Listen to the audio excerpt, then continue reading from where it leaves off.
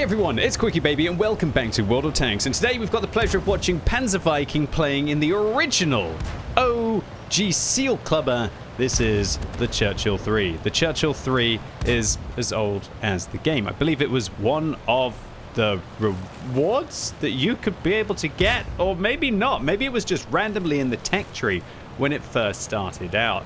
I'm thinking about the Valentine. Would you believe the Valentine was actually kind of like the bogey prize of playing in the closed beta? If you played the closed beta and you played 500 games, you got the ultra rare, I can't even remember the name of it. It's like an M4A2 something or other. It's like a tier 5 American premium medium tank that you really just don't see any of them inside the game. And then you get the Valentine, I think, if you played like 100 games. Unfortunately, I only got the Valentine. I think I played something like 300 or 400 games in the closed beta. So if I could go back, I would play all of those games in one day to be able to get that vehicle now, because pretty much no one has it. And I don't think it's been sold, at least on the European server, since. So definitely one of the true OG rare vehicles. The Churchill III is as old as the game. I think you could be able to purchase this one in the tech tree right from the get-go for gold. And I think it still probably remains in the tech tree for gold.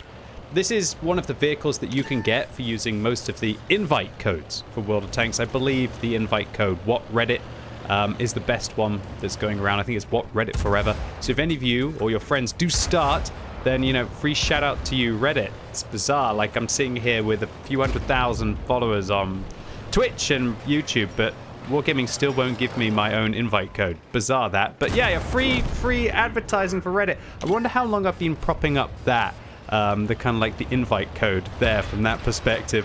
Oh well, I digress. But you must focus on getting this vehicle on your account at the start, because it has one thing that's outrageously overpowered about it, even still to this day. And that is that it basically has an extra 50% experience that it earns per battle. And considering that Wargaming have now changed the low tier, the bottom tier that you can play for the battle pass down to tier 4 now. Wow, this vehicle for the first time, at least in the last 6 weeks, has been available to not only get battle pass points, but not feel that you're wasting your time by playing it to complete your daily missions. And so, when I'm on my free-to-play account, luckily, I do have one of these on my free-to-play account from that invite code from when I started it back in 2018. When everything's going wrong and I need to finish like #1 on my team via experience, I do get a little bit filthy. I take this vehicle out onto the battlefield, and because you're just making 50% more experience than everyone else, then like shame on you if you don't finish #1 in your team. Although, to be fair, quite often you see multiple Churchills probably trying to do this, and so it's a battle of the tanks that have broken experience modifiers. And it's amazing to this day that Wargaming still don't change it. So much so that now, when Wargaming run experience competitions, they actually have to exclude the Churchill III from participating in those missions, which I can expect is a little bit of a headache for them there. So, Panzer Viking is now showing you exactly why the Churchill III is good. What, auto-aiming at the side of another Churchill III and just spamming into their side? Yes, that's exactly why it's good. Look, this vehicle, it's not intelligent. It's just basically a big old meatball of hit points with, albeit 176mm of armor, though it does have some weaknesses on the front. One of the worst things about the Churchills is that the hull armor actually runs along the side of the vehicle and the tracks go over the hull armor. This means that if you shoot a Churchill in the tracks from the front, especially if you're from below, you can easily manage to detrack the tank if you have enough penetration. But not only detrack it from the front, but also damage it at the same time, which is an absolute nightmare. Because most vehicles, if you have to choose, do you either track the tank or do you damage the tank? Unless you're significantly below them. But on the Churchill, just with enough pen, you could just go right through the front, detrack it, and also damage it. Also, as you saw when Panzer Viking was dueling the KV-1SH, or was it the Panzer KW-1, the turret armor on this vehicle is the true weakness. This is basically like a Cromwell turret, which is not great. No one wants to have a Cromwell turret on a heavy tank. And so Panzer Viking's turret has been turned into Swiss cheese. So that is how you counter these vehicles. Because inevitably, when I talk about these tanks. And when I do say that they get broken experience modifiers, which means that you can go and do your experience missions in double time, there might be a few of them out on the battlefield. So not only am I going to increase probably awkwardly the amount of SEAL clubbers, I'm also going to tell you how to fight back against them, and that is focus on this thing's turret armor. So Panzer Viking has had an amazing game already so far for the tier 5. I nearly said British, but it is unfortunately Soviet heavy tank. This game is so old, or should I say this tank is so old in this game, but the game is pretty old now, that this vehicle predates, even with the release of Europe, the British tech tree. The British tech tree went into the game in October 2012, with the game being released in April 2011. So this tank, they wanted to get it into the game because it's iconic, but yeah, no Brits in World of Tanks at that point, so it had to go inside the Soviet tech tree. But they justify it under Lend-Lease. I believe the Brits gave the Soviets tanks to try when they probably entered the war against Germany to try and increase the pressure from either side. I'm not backing that up with any kind of historical, yes, this happened. And neither do I know how successful they were within that arrangement. But the Churchill inside the game, even to this day, can you believe it? We're talking 13 years after this game. Gosh, the years just keep on chugging by. They keep on rolling by, right? Even 13 years after this game was released, this vehicle, it still claps. Now, I want to take a moment to talk about Panzer Viking's interesting equipment choice here. They're using a turbo. That's probably the most important piece of equipment to use on this tank because it is slow. It's limited to 28 with not a great power to weight ratio, so you do want to use a turbo on this to speed it up, especially to be able to reverse away from harm in this vehicle, because its reverse speed of 14 is pretty good, and with a bounty turbo like that, it's going to be going up to 17, which is nice. I think the durability is a sterling choice on this vehicle as well.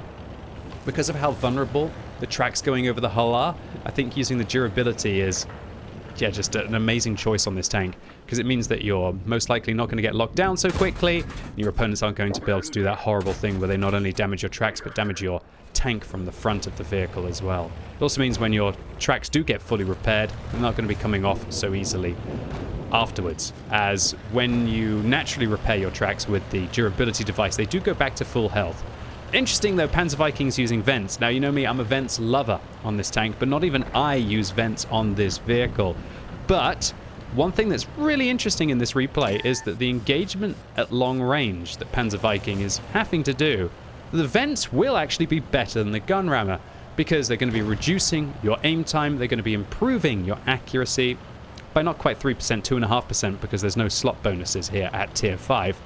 But it means that they will be better than a gun rammer at a distance. It's one of the reasons why on the T-34, I use a rotation device instead of a gun rammer, because the T-34, it can never fully aim its shots with that 57mm, and I think it's more about reducing the bloom after firing with a rotation device. Now, I don't think the Churchill could use a rotation device, plus unlike a T-34, this one really is meant in close quarters combat, so I can't believe I'm actually suggesting that somebody use gun rammer instead of vents.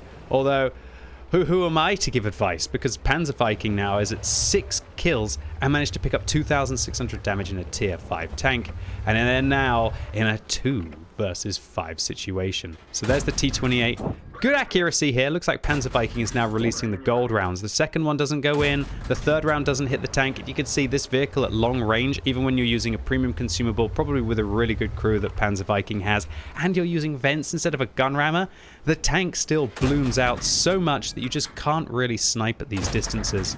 But then again, the Churchill III, whether it's actually meant to be this kind of like sniping role or just bundle into the heavy tanks, 9 times out of 10, bundling into the heavy tanks is what's going to matter.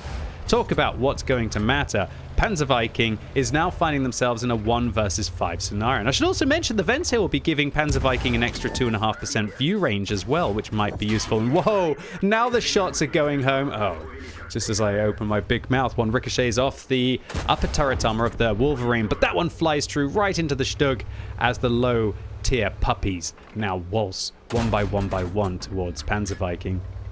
Panzer Viking is going to need a shower after this one if they manage to get through this, but there's still 1,100 hit points to get through. And luckily, when you know a Wolverine just decides, instead of to shoot, just to stand and shoot, keeps reversing and just driving away from you and firing on the move, it's good news, right? So that T-28 bounces off a regular round. The Panzer IV also looks like they're using a 75mm, I believe. And that Panzer IV has level 350 on that tank, so you'd expect them to be a knowledgeable player in the Tier 5 German medium tank. Although, you know, just sitting in front of a Churchill and not hitting your shots correctly and then slowly reversing away, they are doing World of Tanks 101 mistake. And that is when you find yourself in the open, there's no point in reversing unless you are going to find cover. You might as well sit still, fully aim your shots, and try and take out the enemy tank. And so Panzer Viking now nonchalantly changes their 1 versus 5 into a 1 versus 2. And luckily, Wargaming haven't put this building in the center of the cap circle, otherwise the T-28 could be able to just drive away from them. So the T-28 having bounced, it looks like 3 or 4 AP rounds against the wonderful frame of the Churchill III, elected to fire high explosive rounds at the Churchill III, probably just to slow them down. And to be fair, if they'd managed to hit the tracks at the correct angle, maybe they could have been able to lock them in place and fully cap that. That would have been pretty troll. But Panzer Viking getting cheered on by their team. The Matilda saying, "You got this." Matilda saying, "Nice Top Gun." They are all cheering on Panzer Viking, and we're going to have to be cheering on Panzer Viking as well, because they have 3 minutes to get this very slow tank towards the cap circle and then be able to get 1 minute and 40 seconds worth of capping. You can see they're making a beeline straight towards the cap, as the Sav M43 could be anywhere. But oh no, pray for Churchill III here as Panzer Viking gets lit up by the Sav M43. So it doesn't look like they're AFK in this situation, or are they? Where is this M43? He's right there. He bounces off an AP round from the front of the Churchill, and now Panzer Viking's going to drive straight towards the Sav to try and get into close quarters combat, not even using the auto aim in this scenario, manual aiming every single shell one by one into the Tier 5. Swedish tank destroyer gets a big GG from the Matilda, and Panzer Viking says thanks. Wow, this tank, maybe it's been out for 13 years, but this vehicle is still the OP seal clubber of Tier 5. Although, look, while it is like, it's more of the OG seal clubber rather than the OP seal clubber within that regard. Because when we actually go and take a look at the recent statistics of the Churchill III, we quickly see that its win ratio is absolutely fine, right in the middle of the kind of list here. And if we take a look at win ratio difference, it's not really improving its players' win ratios all that much. I'm going to have to filter by heavy. I can't even see the Churchill III. Where is it? Oh, it's actually towards the bottom of the Tier 5 heavies with regards to win ratio difference. So definitely more OG than OP. However, what is crazy about this tank is the amount of experience that it earns. Panzer Viking gets 2,886 base experience. Now, if we adjust that for having a premium account, times it by 1.5, this would be 4,325 regular experience earned. And that's why the Churchill III holds experience account records for so many players, myself included, where it wasn't 4,300, but I think it was just over 4,000 experience. And that's why this vehicle can be so powerful for getting those experience required top of your team missions done. So if you find yourself wanting to try and get your daily missions done as quickly as possible, then look no further than the Churchill III. And the vehicle's premium, so it makes some decent credits on top, even though Panzer Viking fired 130,000 credits worth of ammunition here, as they were running low on those AP rounds. So Panzer Viking, congratulations to you. Panzer Viking says, need a shower. QB in the title. So a couple of things. Firstly, Panzer Viking, thank you so much for uploading your replay onto the What Replays website for the community to enjoy. And thanks for putting QB in the title to get my attention. And yes, mate, you definitely do need a shower after this one. And as someone who has actually showered themselves on YouTube before, after I think it was a Panzer IIJ game. Yeah, maybe you will restore some form of dignity, but you're not going to be restoring all of those poor pumpies on the enemy team who got taken out with those 11 kills and the Kolobanos medal for standing alone against at least 5. That Pools medal, steel wall, high caliber, everything that an OG tank would want. Anyway, ladies and gents, boys and girls, that was it today. Thank you so much for tuning in. I hope you enjoyed this video today. If you did, give it a thumbs up. If you hated it, give it a thumbs down. And let me know in the comments down below, what is your go-to tank when you've got a really hard mission that needs to get done? And if you're watching this video as it goes live on Friday, it's time for the final cupcakes for the World of Tanks 13th anniversary campaign. So come along right now, get your final cupcakes so you can get your epic styles. And as always, thank you so much for watching. You've been epic, and hopefully I'll see you soon.